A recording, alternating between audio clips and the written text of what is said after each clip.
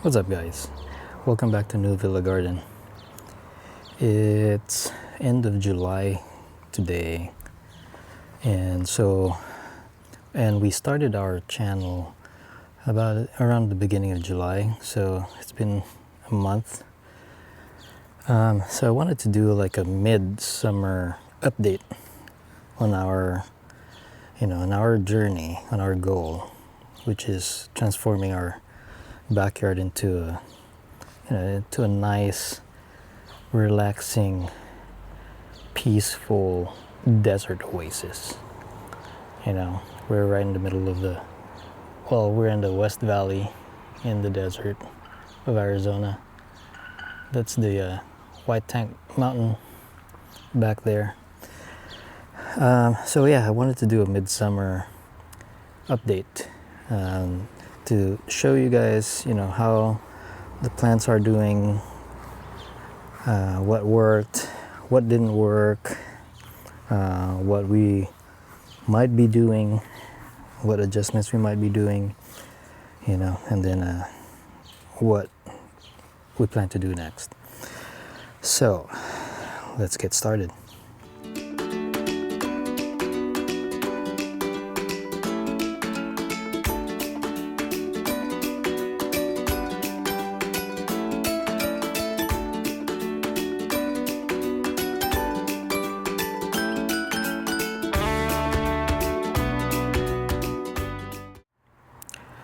So, as always, I want to start off on a good note. And, to begin with, you'll hear me talk about trees and plants. I know trees are a type of plants. It's just a type. Trees are plants. But in the way that I'm going to explain some things or talk about our yard, I'm going to refer to trees as trees, and when I say plants, I'm just referring to the non-trees, essentially. So starting with the, our Desert King, I've done a few shorts on this. It looks very, very vigorous. I'm not seeing any signs of stress. So this is our pomegranate tree. It's got 5 pomegranates. Looks very healthy. I also do not see any signs of stress. That over there is our moringa tree. Very easy to grow. we actually this tree does not have. I know I have a drip line there, but it's actually not on. I turned that off, so it barely gets any water.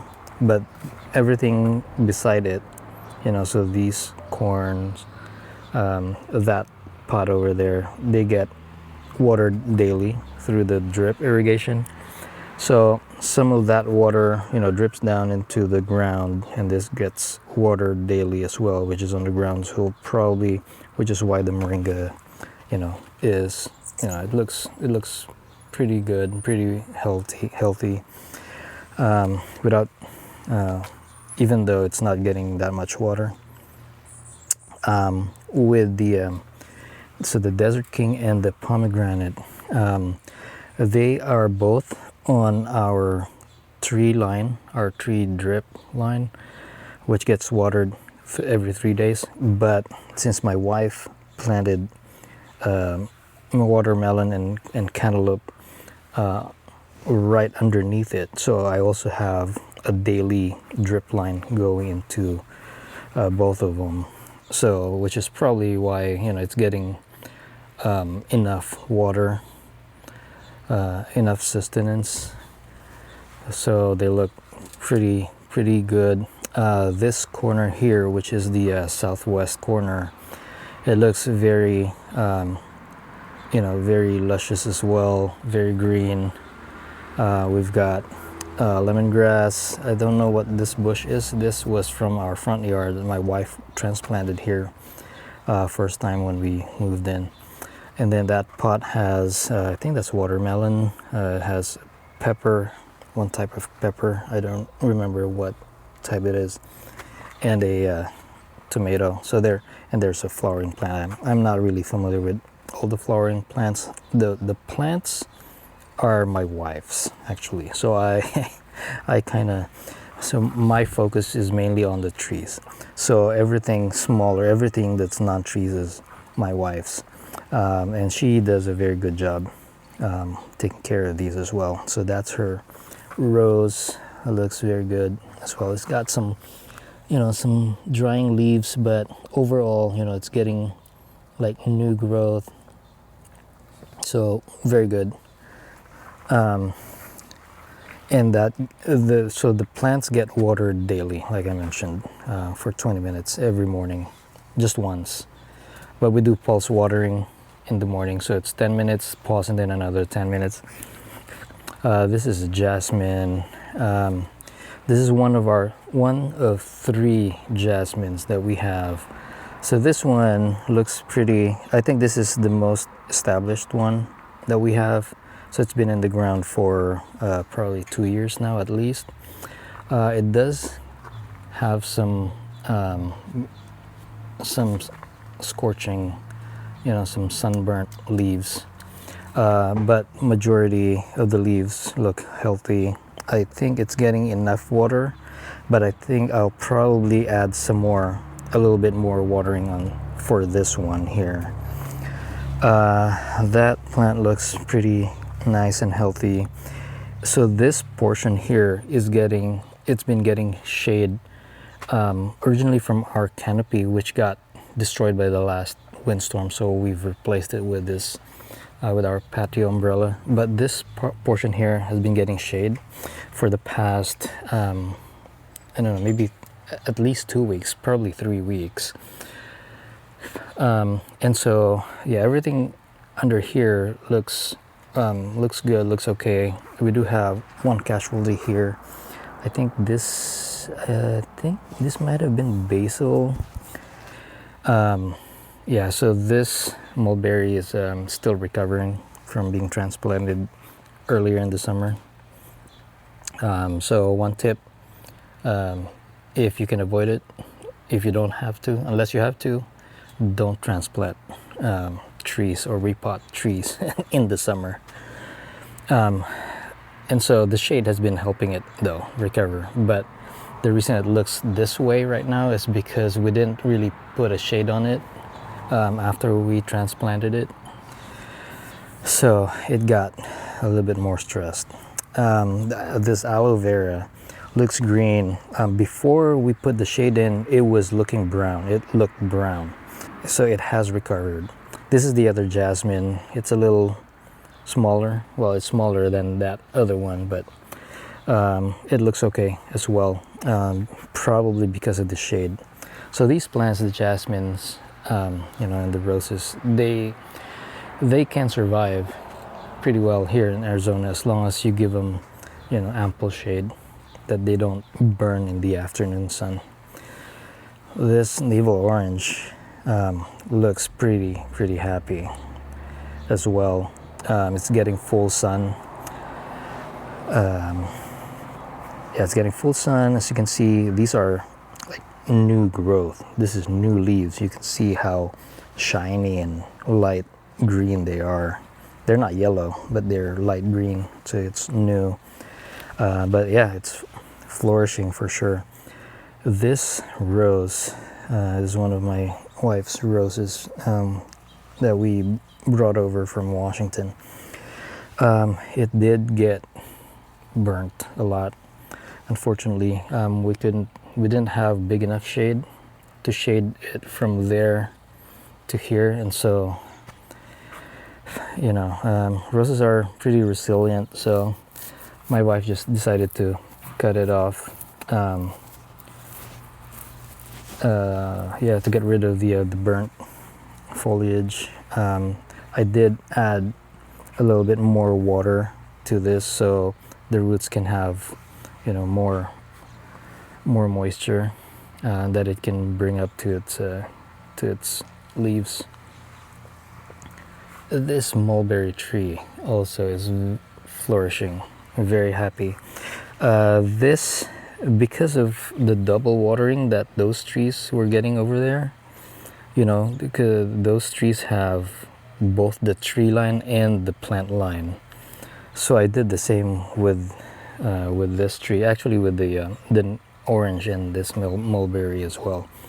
And so yeah, I think it is actually helping them cope with the summer heat, because as you can see, you know, the foliage is, it looks pretty good. There are some, you know, drying up happening on some of the leaves, but it's a very small portion of the leaves, you know. Majority is really green and healthy. So I think that's one of the things that's working really well is the tree watering, which happens every 3 days. It runs for 2 hours total, and so it waters very deeply, right? Every 3 days, but then it also gets watered every day for 20 minutes. You know, so it kind of supplements that deep watering with the daily water, with daily, you know, consistent supply of water, which again reminds me of that one scripture that I mentioned in one of our previous videos, where it talks about, you know, how a tree that's growing by a stream always bears its fruits in season, and the leaves do not wither. And you know, it's surely because it's getting consistent sustenance or nourishment from the water and the ground, you know. So yeah, consistent watering and deep watering for sure. This is the other mulberry tree. So this one is interesting because when I did the double watering on all of the trees, so this one for some reason I missed. So for maybe 1 or 2 weeks, it only had the tree line watering it, and then I noticed that you know, it was starting to a lot of its leaves were getting, you know, like cupping like this, and if you know, when your trees have leaves that are like cupping like that, what it's trying to do is it's trying to conserve that moisture in the leaves. So that's why it's doing that. So when I noticed that, that's when I looked at the watering and realized that I missed it. So it wasn't getting the double watering that the other trees were getting. So I put in that second watering, which is from the daily watering, and it still has some leaves that have not really recovered, but it looks way better now than it did before that. And then under here I have one of our fig trees. This is what I love the most here. It's so this is our panache. So it's still in the nursery pot. So guys, my phone died as I was talking about the fig tree over there, and so I realized I haven't drank water in a bit, and I've been sweating because I was in the sun there talking about giving you the update. So just as a quick aside, I hope you guys are not ignoring the heat when you're out gardening, if you're like us, because in the morning, you know, it's shade, our backyard is shaded, so we do a little bit of gardening in the morning, you know, until around 8 or 9, you know, until the sun is out like this. But if you're out gardening, even in the shade, if you're sweating, just make sure you replenish your electrolytes. So don't ignore your health. What I'm drinking here is this is Noon. It's a good drink actually. I think I like it. It tastes good. It's not sweet, not too sweet. But if you look at, I guess that camera's not going to show it here, but you know, it has, I consider it a clean drink. none of the bad stuff. So anyway, so it also has, I believe it has caffeine in it. So sometimes I drink that instead of coffee in the morning. Anyway, so back to our video. So when my phone died, I was talking about our panache. I think it looks like it loves this location here, because here right now it's I don't know, maybe 9:30ish. So it's getting full sun right in the morning, but then when the sun gets, midday, it's around there, and then the afternoon gets beyond this wall, so it starts getting dappled shade really around, I don't know, 11 or 12, and it's also just hooked up to our daily watering line. So yeah, it looks like it loves that location. And then we have this wild sunflower that just grew there this spring, so we didn't uproot it. We love sunflowers anyway. That's another sunflower there. So this lemon tree as well is in the recovery stage. I don't know, for some reason it just lost its foliage earlier this year, so I don't know. I've given it some nutrients, so it had yellowing leaves earlier. I think it still has a little bit, so I'll probably give it some more iron is what I gave it maybe a couple of weeks ago. So maybe in a week or two I'll give it some more feeding of iron, but it is getting some new growth, so that's a good sign. Yeah, a lemon tree this small really theoretically should not be allowed to bear fruit, but we did let it fruit last year, and we got maybe at least a dozen lemons, and so that's why it stunted its growth. I'm guessing that's the reason why it's still this small. So this year I took off majority of its fruits, but I just left 3 just for, so we have something.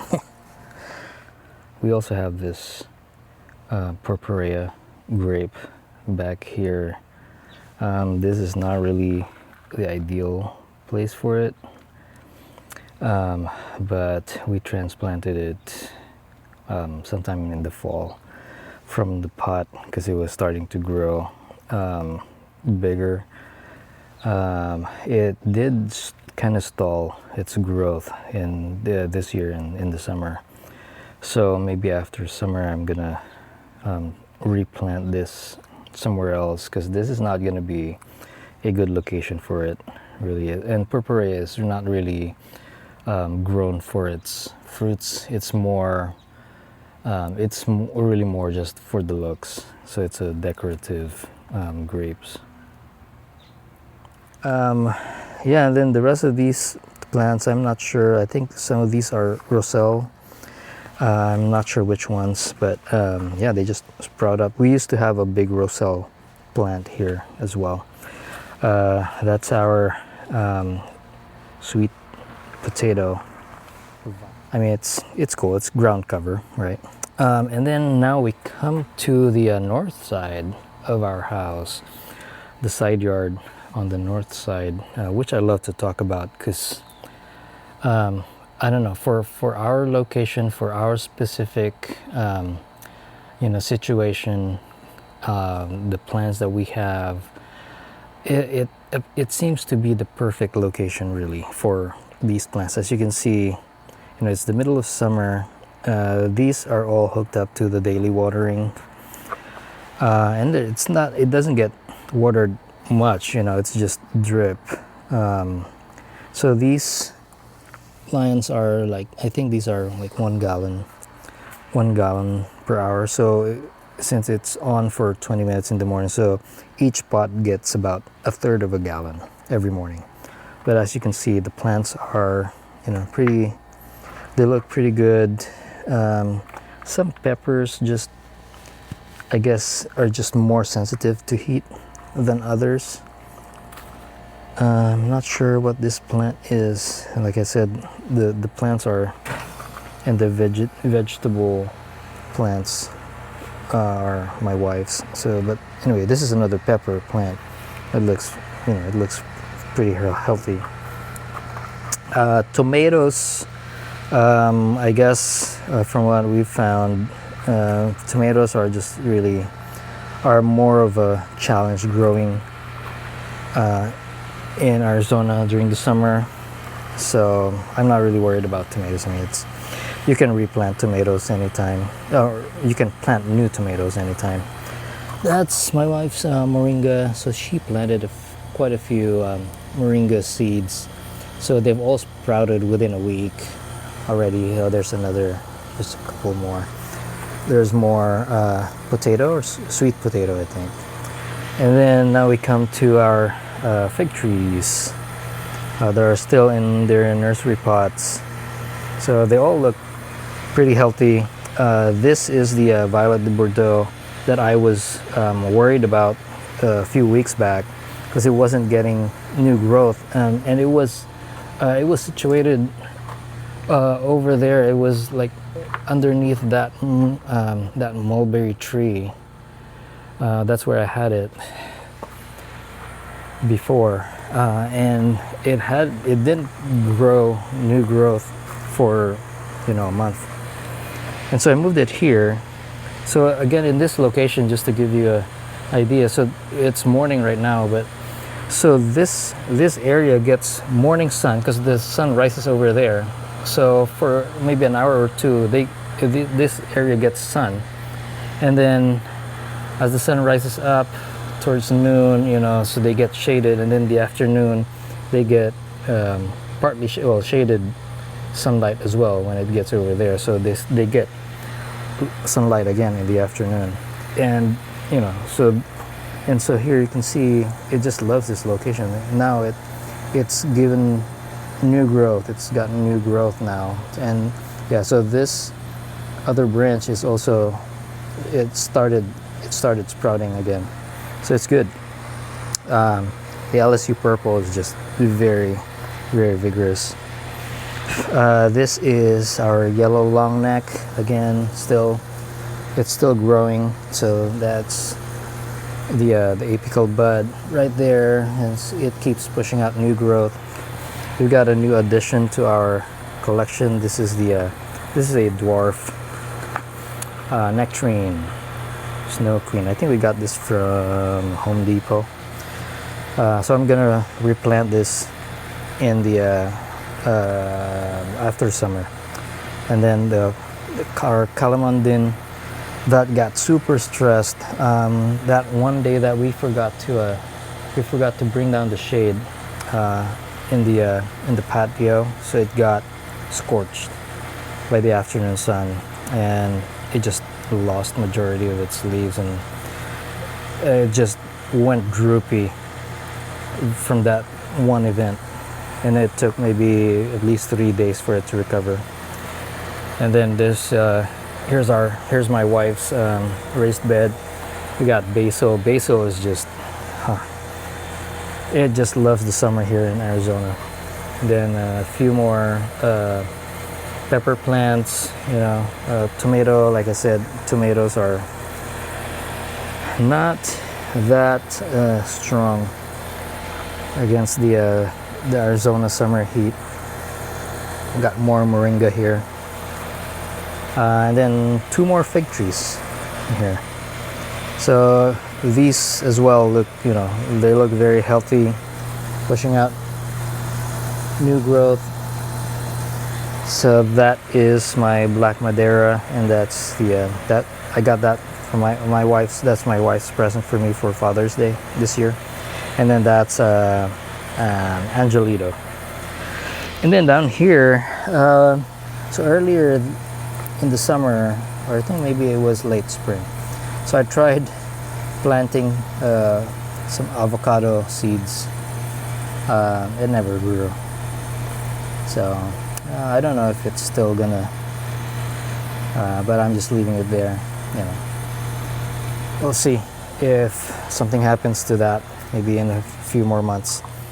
But anyway, yeah, so it's mostly, good news from what we've done. Anyway, that's the report, midsummer report, for our backyard. I'm probably not gonna make a lot of adjustments or changes, other than maybe adjust the watering for some of the plants that are showing some signs of stress from the heat. If you like this video, please don't forget to like, follow, subscribe to our channel, New Villa Garden. It would help us tremendously. Thanks for watching and joining us on this journey of transforming our backyard into our own little desert oasis. We'll see you in the next one. Cheers.